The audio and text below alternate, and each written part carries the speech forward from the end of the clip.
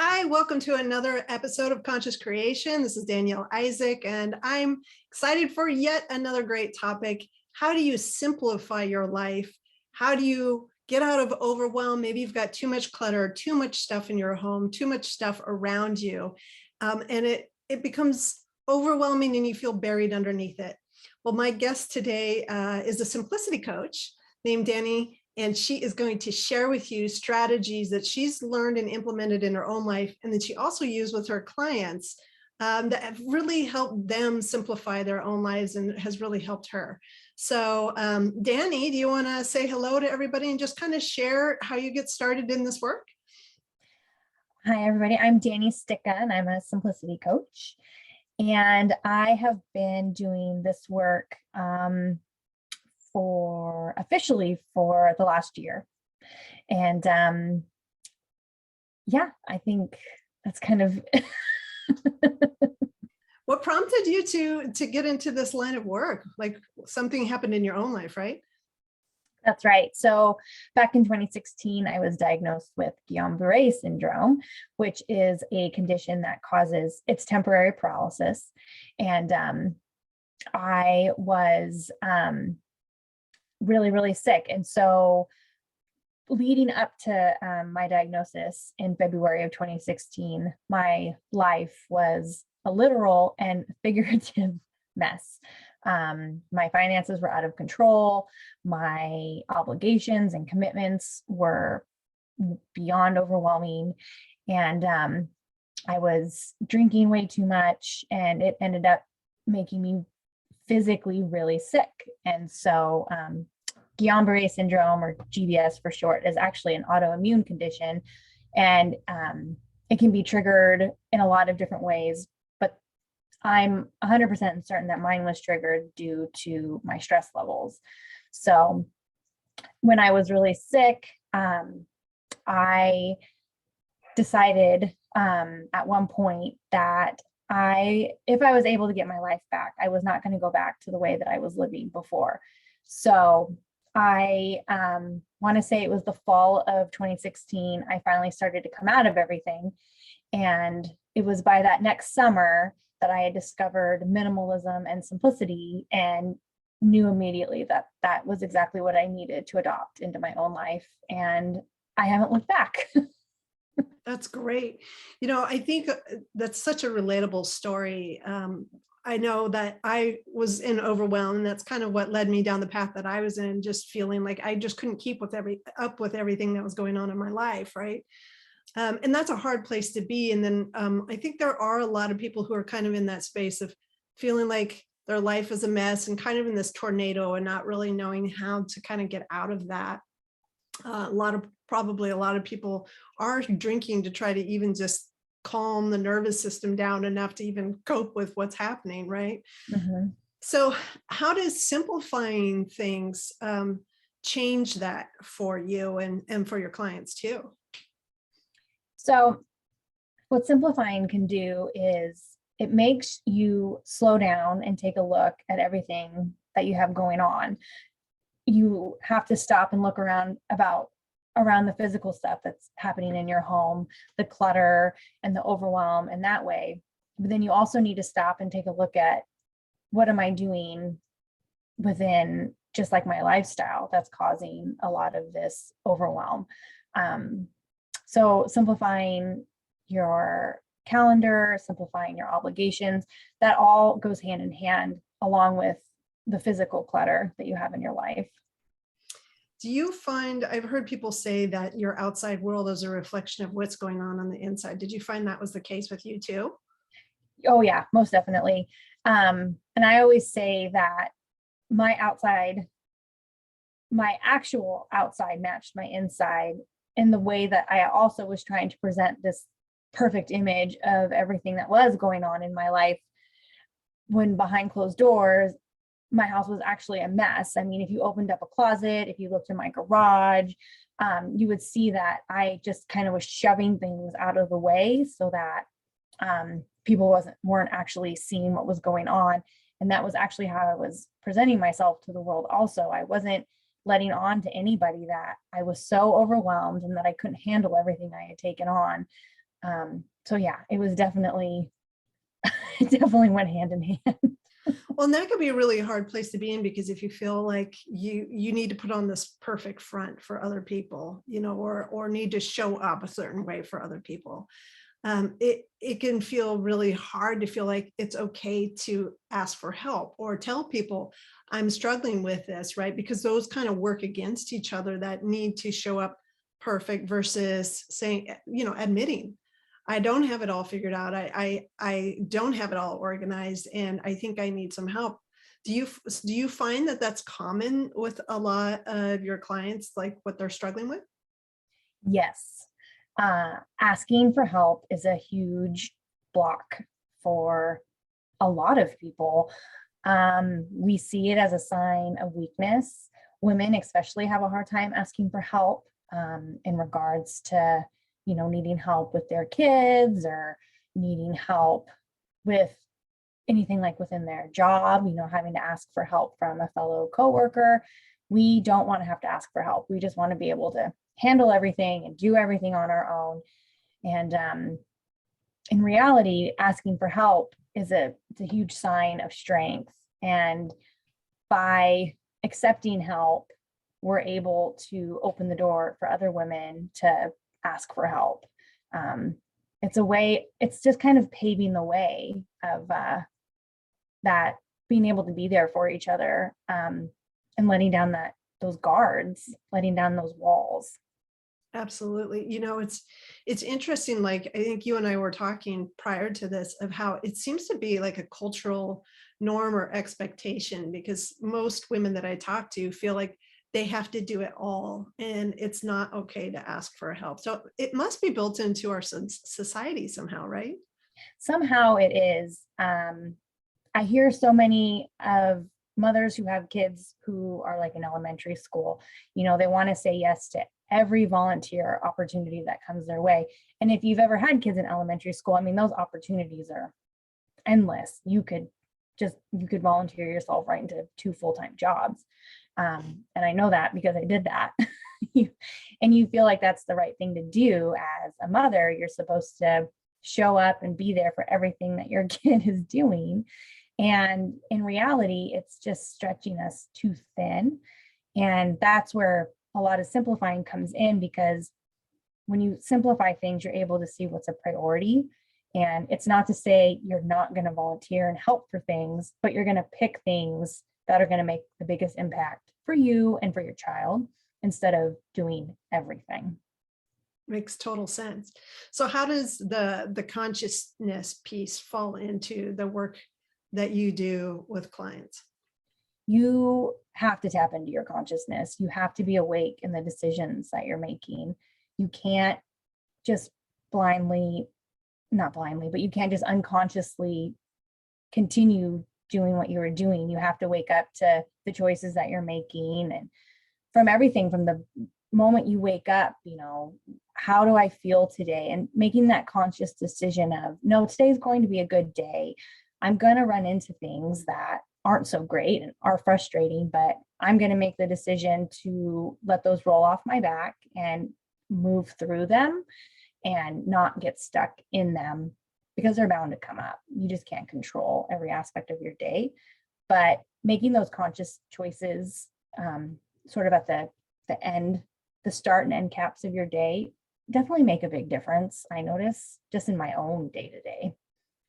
Yeah, I know for me too, when I was in that state of overwhelm, kind of one of the game changers for me was that firm decision I made with inside myself, that I was like, I cannot keep doing what I'm doing. And I have to, I was getting ready to launch my business, and I was working full time. And I was burnt out, and I was physically exhausted. And so I was like, you know what? I know that I'm going to have to say no to some things. And my daughter's school was wanting us to volunteer. We had certain required volunteer hours. And I did projects that I could, like, that were simple enough that I could handle them and didn't cause me to feel overwhelmed. But I also got really good at saying no. Right? And sometimes not so elegantly, but But I just remember how good that felt to start saying, no, I cannot do that. I do not have the bandwidth for that. This is just too much for me. And I just felt like this weight come off, and I said no to these projects. Granted, it was one project at a time, but it was like peeling off these projects felt so good. Did you experience that as well for yourself? Oh, big time.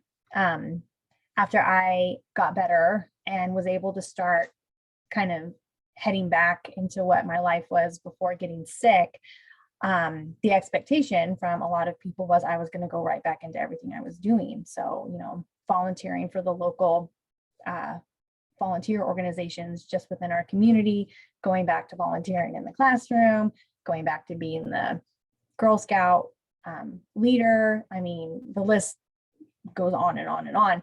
And I had to slowly start pulling myself out of those obligations, and some were a lot smoother than others. And I just had to get comfortable with people not liking my decision to do that, because I can't control their reaction and emotion to it. I just need to know that I have to do what's best for me and for my family. Totally. And the last conversation we had, we were talking about how people pleasing can be a part of this. Can you talk a little bit more about that? Oh, yes. I'm a recovering people pleaser. Every now and then, I think back to those days of when I was a people pleaser and how I was actually just being so inauthentic to myself and to the people around me, because I was so resentful of everything and everyone that I was helping. So, and that just is not in alignment with how I want to feel about people in the world. And so by letting go and like fully accepting the fact that by being a people pleaser, I'm actually being really inauthentic and unkind to people, that has been a big game changer for me. So now when I'm asked to do something and I say yes, there's no resentment. And I'm actually really happy to be a part of it. And I can now see the difference of when I was people pleasing before. And now I'm actually have more of a serving heart when I do say yes and be a part of something. It's much more authentic, and it's not a, look, I'm a nice person, look how nice I am. It's not about that anymore. It's about, oh, this is something that's really important and I want to be of service to this. So one of the challenges, it sounds like we talked about how it's an inside out game. And one of them is recognizing kind of the patterns or the habits inside of yourself in your own line of thinking that cause you to repeat the same behaviors over and over, that lead to the choices that you're making, that lead to the lifestyle that you have, right? Oh, yeah. And so with this being what it is, I think part of a lot of this work is looking at inside and seeing why you do what you do. Would you say that's a big part of what you're doing with people? Oh, yeah. We have to slow down and we have to take a look at, why are we going to the dollar spot at Target so often and bringing these extra items into our home and spending the money on these things? What else is going on? Why are we overcommitting ourselves to all of these different things? Why are we filling our calendar and schedule to the point where there is no wiggle room for anything, for any error? You really have to you have to stop, and you have to stop doing those things and create the white space so that you can get clear on, why am I doing these things? What's my pattern here? And begin to start taking the steps to change. Yeah, absolutely. Otherwise, it's not going to change. You're just going to keep burying yourself, right? And more stuff. You'll keep burying yourself in the physical stuff and the mental stuff. And you just have to make a hard stop to start making the changes that you need to make. So what difference did it make in your own life once you started to recognize your own patterns and you changed it? What's the difference you see now? The difference now is night and day. I no longer go into weeks feeling run down and burnt out before the week has even started. I don't have the Sunday scaries anymore. I'm Mondays are my favorite day of the week. I love Mondays. I look forward to the things that are on my calendar 90% of the time. I mean, we all have those dentist appointments that can, not be so great. But my life now is 90% full of things that I've chosen. I feel like I'm on the right path with, when I make financial decisions, and spending money is no longer filled with guilt because I'm not just overspending, and I'm not out just to spend money because I don't want to be home and having to deal with myself. I'm not always out looking for a distraction. So it's changed everything. It's changed my relationship with my daughters. My life January 2016 and my life January of 2022, I never thought it could be this good, honestly. That's beautiful. I'm so glad that you made the choice, right? In that moment where you were, I think you said that moment was when you were looking at your husband who was looking in your pantry or something. That's right. He was going through our pantry the day that I started to show symptoms of GBS, because the pantry was just ridiculous. I mean, it was just chock full of everything that you would have in a pantry, and he's going through everything. And I remember him being like, why do we have 4 bags of flour? And it's because every time I would go to the store, I'd be like, oh, I don't know, we probably need it. And I would grab it because I just had no idea what we actually had. So, and that causes frustration within couples, things like that.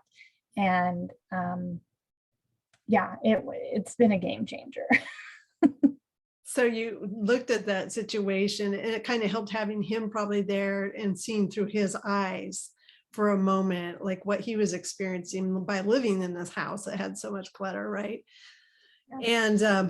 And you just decided like, this has got to change, right? So I did. I just decided this has to change. I told myself, if you get your health back, you will not be going back to the way you were living before. And you stuck to that, like you found your way out, which is fantastic. So now you're helping other clients with this. And I know that part of what you help them with is decluttering or simplifying their home. I think you also do budget. Can you kind of talk about some of the ways that you support people with this? Yes. So we definitely start with the physical clutter, because that's sort of how a lot of this manifests. And if we can get you to a point in your home where you feel more calm, we can then start diving into the other stuff. A lot of what we talk about too is the money part of it. And I've had people ask me like, why do you talk about budgeting with the decluttering? And we talk about the money part because that's the catalyst for how things come in, is you're out spending the money, and that's how the items are showing up in your home, whether it's an overflow of groceries, clothing, gadgets, electronics, home decor. We all spend our money in different ways.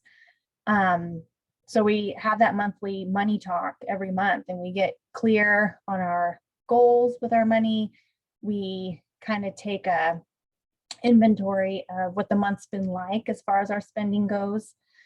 And then we talk about our simplicity habits. And that's sort of different for everybody. Sometimes we're talking about simplicity for people with their calendars because they're just feeling like they're overcommitting. Sometimes we just had a conversation about mothers feeling like they need to commit to all of the things at the schools.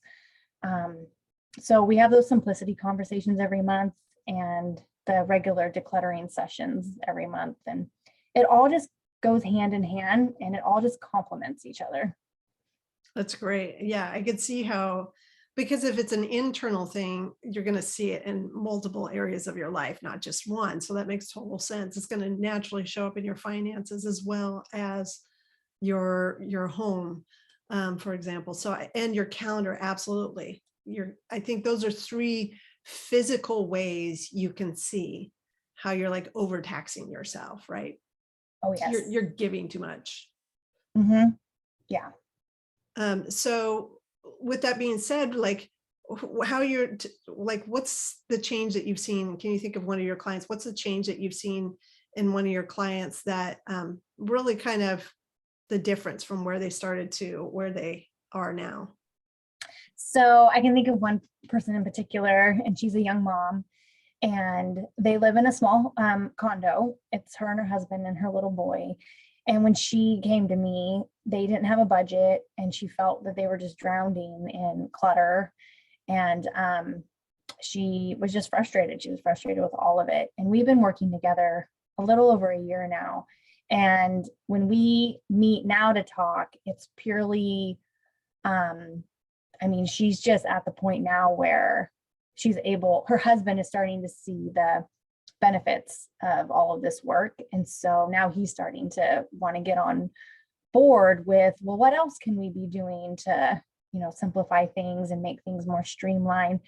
And that's where the magic really starts to happen, because they've seen all of this positive change in their spouse, and then they want that now. They want that for themselves, and they want that for them as a couple.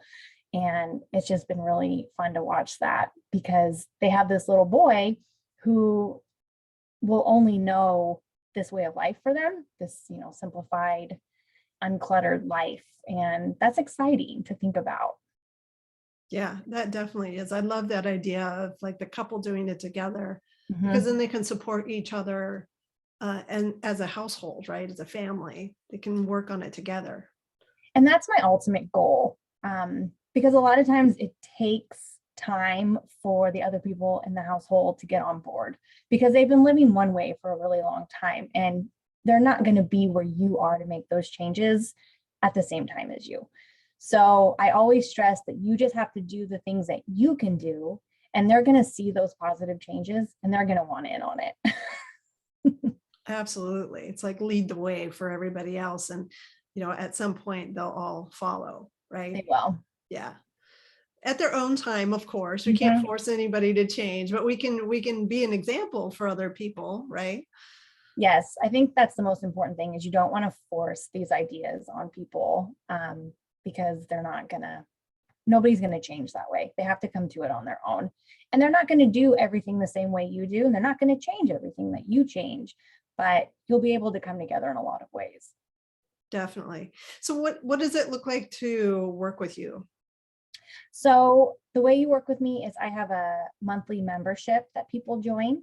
And within that membership, we have scheduled talks throughout the month. So just a couple hours ago, actually, we wrapped up our monthly money talk. And then going into February, we're going to be talking about our paper clutter and how we can get a better handle on that, creating better systems. And then we have a virtual declutter session, which is really fun. It's kind of like a virtual work session, but we declutter. And yeah, that's sort of how the month rolls out. There's a community forum so everyone can come together. It's not on Facebook, so it's off of Facebook. And it's just a really supportive place for people to be able to talk about simplifying their lives, or maybe their other parts of their world, they don't have that opportunity.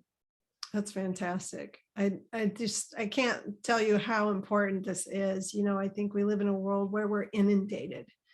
We're inundated with choices and decisions and marketing and ads. And I think it can easily be overwhelming if we don't have the tools to start to bring it all under control and to really gain perspective about what is most important to ourselves, so that we can start to bounce things up against that and say, why am I saying yes to this? Why am I buying this? Like, does this really align with what's most important to me? And then you also talked about, also, does it align with my goals, right? So like your financial goals, or if you're saving up towards things, do you do some work with that as well? Yes, we do. We actually were just talking about saving up and getting ready for Christmas of 2022, because it comes around the same time every year, but financially it can be a real burden on so many of us. And so if we're able to sit down right now and create a monthly savings plan to get us to November and December, that is going to be a much smoother financial situation for everybody.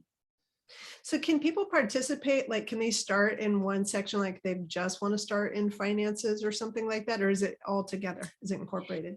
It's all encompassing, um, but it you don't it's kind of like a buffet. You can join just for the financial part, and if you wanted to sort of check out maybe what's going on the declutter side of things, you're more than welcome to. But you don't I'm very conscious of people's time, so some people are more for the decluttering, some people are more for the financial, and they just make it work for them. Okay, cool. Can you, before I'll have you share your information in a moment, because I know you have an event coming up that people are probably very interested in. But can you also share with us like a technique that you recommend people start using today, even if they don't decide to join your workshop or check you out? Just something that's simple that they can use to just start simplifying their lives now.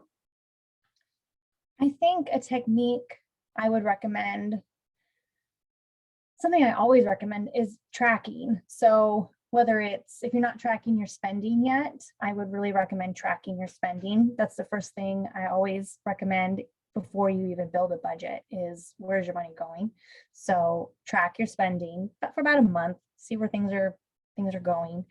And also track how you're spending your time. Do a time tracker. When you get up in the morning, like throughout the day, at lunchtime, sit down. What have I done today? It's going to kind of help you to see where your time is being spent, which is going to help you to see, gosh, no wonder I'm feeling so overwhelmed. I've done 18 things and it's noon. Where can I maybe start making some adjustments here? Yeah, yeah. I think, one person I met with, she said she had 54 to-do items in one day. I don't even know how that's possible. Right? And I said, yeah, you're kind of setting yourself up for failure with that one, right? Definitely they're going to have to spill over into the next day, possibly the next day. Oh, Realistic yeah. expectations, right? Yes. And then you're just going to bed feeling like you actually didn't accomplish anything, when she probably ticked off 30 things off of that list, but Right. she's not going to feel like she accomplished anything. Right. It's a blow to the self-esteem when you have a to-do list that big, you can't possibly manage, right? So, well, this has been really good. So do you want to tell people about your upcoming workshop? Yes, I'm excited about it. So it's all about how to declutter your home when your family is not on board. That's the biggest question I get, is how do I declutter my husband's stuff? Or how do I get rid of my kids' stuff? It's always, you don't want to just get rid of any of their stuff. So it's going to be a workshop about how to start with yourself, and some tools that you can integrate into your family to slowly start getting them on board with where you would like them to be in the long run. So it's a free workshop because I think it's going to be beneficial for everybody. And so I want everyone to have access to it. And it's going to be held on Wednesday, February 23rd over Zoom.